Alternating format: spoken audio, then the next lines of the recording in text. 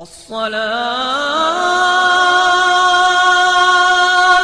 خير من النوم۔ محترمہ ام البنین یا ام رباب جو علی اصغر کی ماں تھیں، روایات کے اختلاف کے ساتھ 6 ماہ کے بچے کو لے کر آئی، کہا مولا میرا دودھ سوکھ گیا ہے، اگر یزیدیوں کو رحم آ گیا تو اس بچے کو کچھ پانی پلا دیں گے۔ تو مولا حسین بچے کو اپنے جبے میں سنبھال کر لے آئے، کہا اے ظالموں، اے یزیدیوں، تم نے میرے گھر کے ہر فرد کے ساتھ جو سلوک کیا وہ صبح سے ایک تماشا بنا ہوا ہے۔ تم نے فاطمہ کے گھر والوں کے خون کے ساتھ اپنے ہاتھ رنگے ہیں، دیکھو یہ 6 مہینے کا بچہ ہے، ابھی بولتا نہیں، اس کی ماں کے سینے میں دودھ بھی سوکھ گیا ہے، تم چاہو تو اسے چند قطرے فرات کے پلا دو۔ ادھر سے آواز آئی، شمر ذی الجوشن نے کہا اے حسین تم جھوٹے ہو، تم جھوٹ بول رہے ہو، بچے کے نام پر تم خود پانی پینا چاہتے ہو، بچے کے نام پر تم خود پانی پینا چاہتے ہو۔ حسین ابن علی نے کہا اے ظالمو، اگر تمہیں ایسا لگتا ہے تو یہ بچہ میں تمہارے حوالے کرتا ہوں، لو تم ہی پلاؤ۔ ظالموں نے کہا، شمر ذی الجوشن نے کہا جاؤ حسین کے ہاتھ سے بچہ لے لو، ہم دیکھیں گے کہ اسے پانی کیسے پلانا ہے۔ حسین ابن علی کے پاس آئے، اس وقت بھی ظالموں کے پاس اتنا رحم نہیں تھا کہ 6 ماہ کے بچے کو پانی پلاتے۔ خولی بن یزید یا شمر ذی الجوشن کا ایک معتمد خاص تھا، اس نے کہا کہ یہ قصہ ہی تمام کر دو، حسین پھر کبھی پانی نہ مانگنے آئے کسی کا۔ زوردار ایک تیر چلایا، وہ تیر سیدھے ننھے علی اصغر کے حلقوم میں آ کر چھپ گیا۔ وہ بچہ ایک آہ بھرا اور جیسی نرم و نازک گلے میں تیر گیا ہوگا، خون کا فوارہ اچھل کر حسین کے چہرے پر آیا۔ امام عالی مقام نے اپنا چہرہ صاف کیا، دیکھا تو شہزادہ آنکھیں پھاڑ کر حسین ابن علی کو دیکھ رہا تھا اور گلے میں تیر چبا ہوا، اب تو رونے کی آواز بھی نہیں تھی، آواز بند ہو گئی تھی۔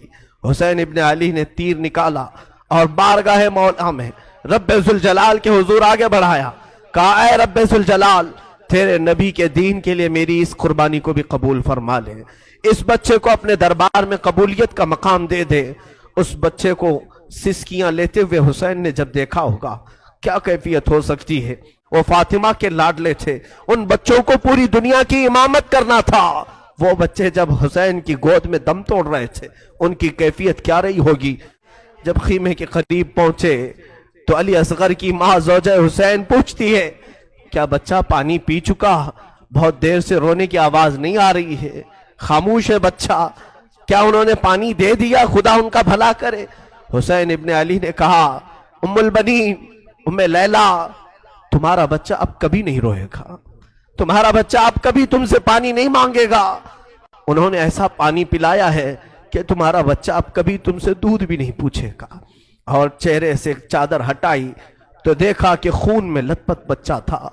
اس لاش مبارکہ کو اس زوجہ امام حسین کی گود میں ڈالا گیا، اس زوجہ پر لاکھوں سلام کہ نہ سینہ ٹھوکا نہ ماتھا پیٹا، بلکہ اس بچے کو جگہ جگہ سے چومتی رہیں۔ کہا رب ذوالجلال نے اپنی امانت واپس لی ہے، میرے مولا نے اپنی امانت واپس لی ہے۔ ہاں دنیا میں ایک تاریخ رقم رہے گی، لڑتے ہیں شہسوار بڑے بڑے میدان میں، میدان جنگ میں جہاد کے لیے جاتے بڑے بڑے پہلوان، لیکن میرا 6 مہینے کا بچہ قیامت تک ایسا کوئی پہلوان نہیں آئے گا۔ تاریخ رقم ہو گئی کہ 6 مہینے کا بچہ بھی یزیدیوں کے ساتھ لڑ کر کے آیا ہے۔ یہ حسین کا گھرانہ تھا۔ علی اصغر کی شہادت کے بعد گھر میں ایک عجیب سی کیفیت تھی۔ اللہ اکبر، یہ آخری وقت ہے میرے عزیز ہو۔ حسین ابن علی رضی اللہ تعالیٰ عنہ کے گھر میں سوائے ان کے بیٹے زین العابدین کے جو بیمار تھے، ان کی عمر 22 سال کی تھی، کمزور تھے، بخار زدہ تھے، لیٹے ہوئے خیمے میں بخار سے ان کا جسم تپ رہا تھا، وہ سارا منظر وہ اپنی بیماری میں دیکھ رہے تھے۔ اب کوئی باقی نہیں تھا، بچے کو تک نہیں چھوڑا تو کون باقی رہے گا۔ امام حسین ابن علی رضی اللہ تعالیٰ عنہ نے دیکھا، قرآن کو جلدی سے کھولا، تلاوت کرنے لگے۔ اچانک خیمے کے دروازے پر دیکھا، آہٹ محسوس ہوئی تو اٹھا کر کے چہرہ دیکھا تو امام زین العابدین جبہ پہن کر کھڑے ہیں۔ کہا بابا اجازت دے دیں، مولا حسین تڑپ کر اٹھے، کہا زین العابدین میرے گھر میں اب بچا کون؟ میرے بعد ان بیویوں کو کون دیکھ بھال کرے گا؟ ان عورتوں کو کون لے جائے گا؟ اور میری نسل تم سے ہی تو چلنی ہے۔ امام سجاد زین العابدین کو مولا حسین نے روک دیا، بستر پر لٹا دیا اور کہا کہ اب میرا وقت ہے، میرا مقام ہے۔ اسی اسنا میں عورتوں کو کچھ نہیں کہا۔ فضہ کنیز تھی فاطمہ زہرا کی، بلایا، اے فضہ جاؤ، اندر بیبیوں کے پاس ایک صندوق ہے، اس صندوق میں ایک جبہ رکھا ہے، وہ جبہ اٹھا لاؤ، لیکن خبردار زینب کو مت بتانا، زینب سے مت کہنا۔ وہ فضہ گئی، جلدی سے وہ صندوق کھولنے لگی اور جبہ اٹھایا تو بی بی زینب دیکھ لی۔ کہا کیا کر رہی ہو؟ کہا یہ جبہ لے جانے کے لیے مولا نے حکم دیا ہے۔ وہ دوڑتی ہوئی آئی، لا میں یہ جبہ لے کر کے جاتی ہوں۔ وہ خود اپنے ہاتھوں سے لے آئی مولا حسین کے خیمے میں، اور وہ جبہ لا کر کے دیتی ہیں اور پہناتی ہیں۔ امام حسین نے کہا زینب تجھے معلوم ہے اماں کہتی تھیں، فاطمہ الزہرا نے کہا تھا حسین یہ جبہ سنبھال کر رکھنا، یہ تیرے بابا حیدر کرار کا ہے جو رسول اللہ نے انہیں دیا تھا، اور مجھے وصیت کی تھی فاطمہ تیرا بیٹا جب بھی مصیبت میں آئے تو یہ جبہ اسے پہنا دینا۔ زینب کہتی ہیں سچ کہہ رہے ہو بھیا، مجھے بھی ماں نے کہا تھا کہ زینب حسین کبھی اگر مصیبت میں آ جائے، اگر وہ جبہ بھول جائے تو اپنی ہاتھ سے پہنانا۔ دونوں نے ایک دوسرے کو سمجھایا، ماں کی وصیت پر عمل کیا۔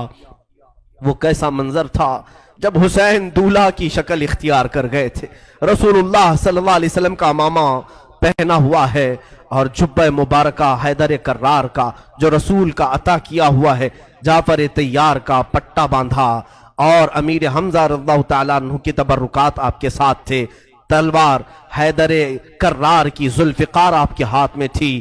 یہ سارا منظر پورے خیمے کو رلا گیا، جیسے کوئی جوان شہزادہ دولہا بارات میں جاتا ہے خیمہ حسین سے۔ یہ پوری تیاریوں کے ساتھ حسین ابن علی نکل رہے تھے۔